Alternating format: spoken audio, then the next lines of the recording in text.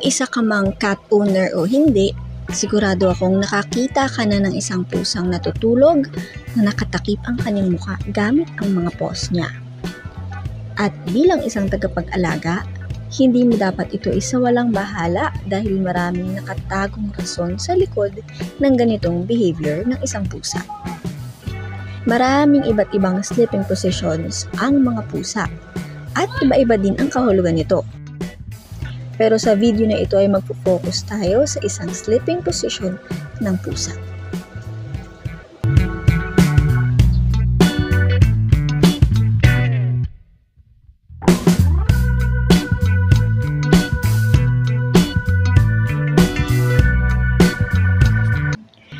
Ang mga pusa ay parehong predators at prey at nakatanim na sa kanila ang maghanap ng matutulugan na safe para sa kanila. Ibig sabihin, kailangan makahanap muna sila ng isang mataas na area o kaya ibabaon nila ang mukha nila sa isang unan para lang makaramdam sila ng sense of security.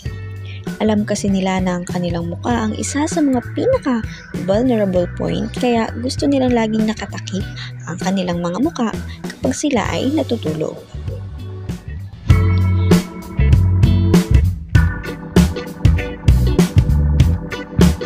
Bagamat ang mga pusa ay mahilig sa warm areas, masakit pa rin naman sa mata kapag direktang tumatama ang sinag ng araw sa mga mata nila. Kaya naman ginagamit nila ang kanilang mga buntot at paws para magsilbing proteksyon mula sa sinag ng araw.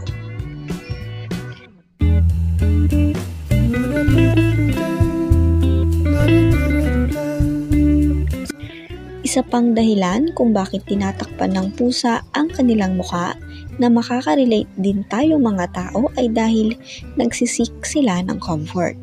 Sa ganitong posisyon sila komportable at lalo kapag sila ay nasa deep sleep.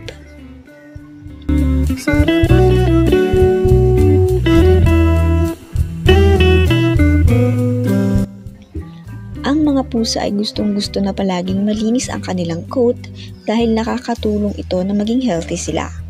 Dahil dito, nakakaubos din ito ng kanilang energy kaya dapat ninyong bantayan dahil maaaring dahil sa pagod niya ay makatulog siya habang naglilinis ng kanyang mukha.